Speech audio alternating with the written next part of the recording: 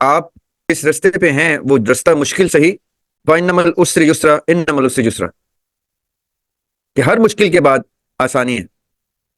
ایک ہی آیت میں دو دفعہ اللہ تعالیٰ وعدہ کر رہے ہیں. تو آپٹیمزم تو یہ کہتا ہے کہ جس کو مشکل نظر آئی وہ خوشخبری ہے، جس کو مشکل نہ نظر آئی اس کو ڈر جانا چاہیے. اگرچہ عاجزی کا ایک حصار راہ میں ہے، میری اڑان سے خائف غبار راہ میں ہے. اگر آپ نے اس ویران گھر والے کو اپنا محبوب بنا لیا اور اس کو ہم سفر بنا لیا آپ نے، پھر آپ منزل کی طلب ختم. آپ کہیں گے تکلیف کی خیر ہے، محبوب ساتھ ہے، محبوب ہم سفر ہے، اب تکلیف آئے جو کچھ ہے میں نے منزل بھی نہیں دیکھنی، بس میں اس رستے پہ چلتے جاؤں گی کیونکہ میرا محبوب میرا ہم سفر ہے. یہ وہ ہجرت ہے جو ہم اپنے اوپر تاریخ کر کے آئے ہیں. یہ ہجر ہے. ہجرت ورڈ جو ہے نا وہ ہجر سے نکلا ہے. ہجر ہوتی ہے جدائی. ایک ہجرت کا حکم آیا تھا اور ہم آ گئے نا یہاں پہ. اس ہجرت میں ہم نے اپنے محبوب کا وصل دیکھ لیا تو وہ ہجرت تابد ہوتی رہے. السلام علیکم سر. وعلیکم السلام، کیسے ہیں آپ؟ ٹھیک ہیں؟ جی الحمد للہ سر، میں ٹھیک ہوں. سر میرا کوشچن اسی سے ریلیٹڈ تھا کہ ہم نے سسٹم آف ہوم پہ بات کر رہے ہیں، تو یہاں پہ اپوزٹ ہے. سسٹم آف ہوم جو ہے وہ mostly the head of the family بناتے ہیں، لیکن میرے کیس میں سسٹم آف ہوم شاید مجھے بنانا پڑ رہا ہے، اور اس کی وجہ سے مجھے بہت بیکلیش فیس کرنے کو ملتا ہے. سب سے پہلے تو میرے اپنے فادر میرے خلاف ہو گئے ہیں. I'm a married, I do have kids. تو میں بہت کوشش کر رہی ہوں کہ جہاں میرے فنڈامنٹلس خود کے خراب تھے میں وہاں ٹھیک کرنے کی کوشش کر رہی ہوں، لیکن بیکلیش یہی آتا ہے کہ یہ تو وہ فلاں ہو گئی ہے، یہ تو فلاں ہو گئی ہے، اور یہ تو رستے سے بھٹک گئی ہے، اس کا کچھ نہیں کیا جا سکتا. حالانکہ میں کچھ اوپنلی نہیں کرتی، نہ ہی کوئی میں روڈ ہوں یا بدتمیز ہوں، لیکن ایک آپ کی باتوں سے پتہ چل جاتا ہے. تو بعض اوقات ایسا ہوتا ہے کہ میں اپنے بچوں پہ فلی فوکس ہوں ان کی تربیت کرنے میں، لیکن جب مجھے بیکلیش فیس کرنے کو ملتا ہے تو میں تھوڑا بیک آؤٹ کر جاتی ہوں، اپنے آپ کو چھپا لیتی ہوں تاکہ میں پاور گین کروں دوبارہ سے، اور پھر سے ایک مطلب ایک سسٹم گھر کا خراب نہ ہو، تاکہ میں یہ نہ ہو کہ میں پہلے گھر کے اندر اس سارے ہنگامے کو ٹھیک کرنے پہ لگ جاؤں، اور جو میرا اوریجنل میری پرائورٹی ہے اس کو میں اگنور کر دوں. تو مجھے سمجھ نہیں آتی کہ یہ کیا میری سول ذمہ داری صرف یہی ہے کہ میں اپنے بچوں کی تربیت اس طرح سے کروں، یا اس کے علاوہ بھی مجھے اپنی رسپانسبلٹی سمجھ نہیں آتی. وہ پلیز ایک بتا دیں کہ کیسے اس کو کیا جائے گا. دیکھیں، ایک ہے ذرا سا آپٹمسٹک جواب آپ کے سوال کا اور ایک ہے ذرا سا ریئلسٹک جواب. میں آپ کو دونوں جواب دیتا ہوں.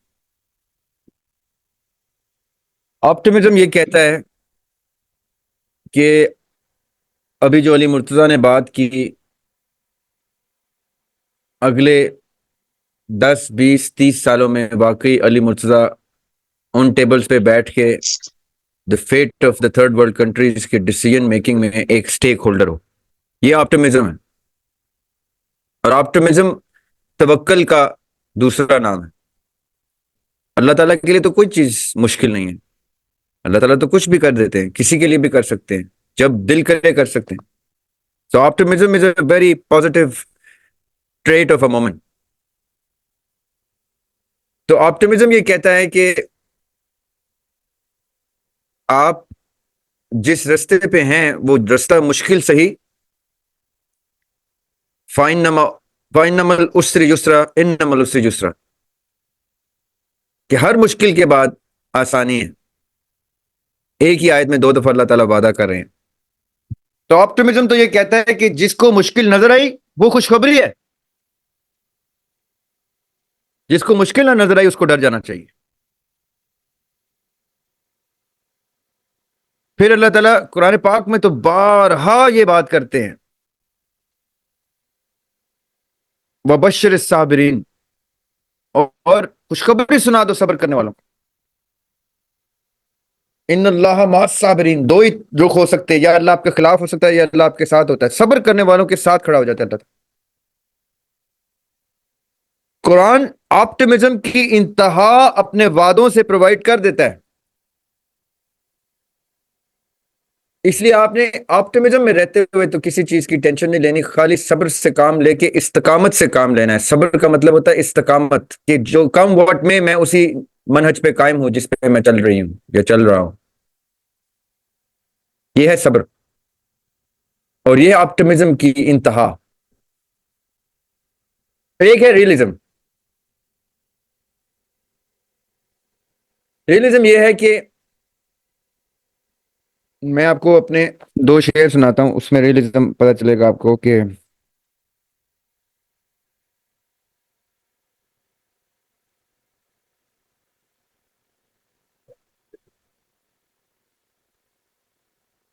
اگرچہ عاجزی کا ایک حصار راہ میں ہے. حصار ہوتا ہے قید یا باؤنڈری. اگرچہ عاجزی کا ایک حصار راہ میں ہے, میری اڑان سے خائف غبار راہ میں ہے. میرا تو منزلوں سے کوئی واسطہ ہی نہیں.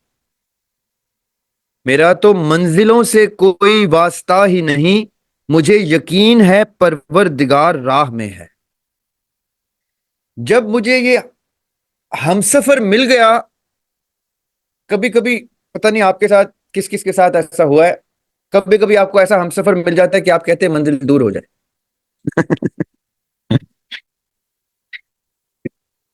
کبھی ایسا ہمسفر ہوتا ہے آپ کے ساتھ, آپ کہتے ہیں زندگی سفر میں ہی گزر جائے. اب منزل آئے گی تو میرا ہمسفر مجھ سے جدا ہو جائے. تو جب آپ کا ہمسفر آپ کا محبوب بن جائے یا آپ کا محبوب آپ کا ہمسفر بن جائے, پھر منزلوں سے کوئی واسطہ نہیں رہتا. پھر آپ کہتے ہیں میں راستے میں ہی رہوں, یہ سفر برقرار رہے, ہم سفر میرے ساتھ رہے. That's it. I do not want to see the end of the سفر. منزل نہیں چاہیے مجھے, پھر مجھے یہ سفر چاہیے. یہ سفر میری زندگی ہے, یہ سفر میرے محبوب نے, میرے ہم سفر نے اس سفر کو معتبر کر دیا. بس ریئلزم یہ ہے. جب امام حسین علیہ السلام خانہ کعبہ سے چل پڑتے ہیں 10 ذی الحج کو حج ترک کر کے, حج ترک کر کے چلتے ہیں, جو ان کے نانا کی زندگی کی آخری منزل تھی, جہاں کھڑے ہو کے انہوں نے کہا آج تم پر دین مکمل ہو گیا.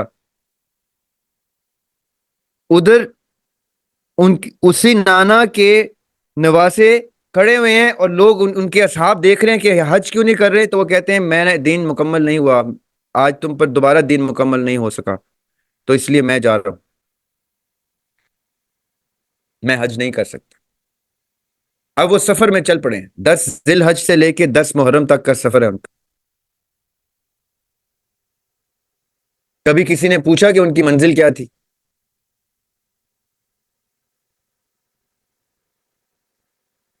ان کا تو منزلوں سے کوئی واسطہ ہی نہیں تھا.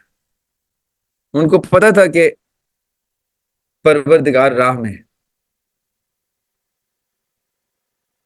ریئلزم یہ ہے کہ I don't want to see the destiny, the destination of mine in my lifetime. I want my lifetime to be my travel time. If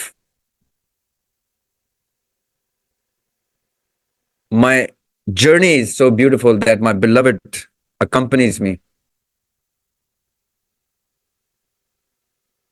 اگر آپ نے وہ جس کا ویران گھر ہم نے شروع میں ڈسکس کیا ہے, اگر آپ نے اس ویران گھر والے کو اپنا محبوب بنا لیا اور اس کو ہم سفر بنا لیا آپ نے, پھر آپ منزل کی طلب ختم. آپ کہیں گے تکلیف کی خیر ہے, محبوب ساتھ ہے, محبوب ہم سفر ہے, اب تکلیف آئے یا جو کچھ ہے, میں نے منزل بھی نہیں دیکھنی, بس میں اس رستے پہ چلتی جاؤں گی کیونکہ میرا محبوب میرا ہم سفر ہے. پھر آپ کو یہ ٹینشن ختم ہو جائے گی. پھر آپ کہیں گے تکلیف کی خیر ہے. بھائی تکلیف نہیں ہوگی تو شک ہوگا کہ میں ٹھیک رستے پہ ہوں کہ نہیں. مولا علی نے کہا تھا اگر رستہ بہت سموتھ, بہت آسان چل رہا ہے تو سمجھ لو تم غلط رستے پہ. تو مشکلیں ہی تو بتائیں گے کہ میں ٹھیک رستے پہ ہوں.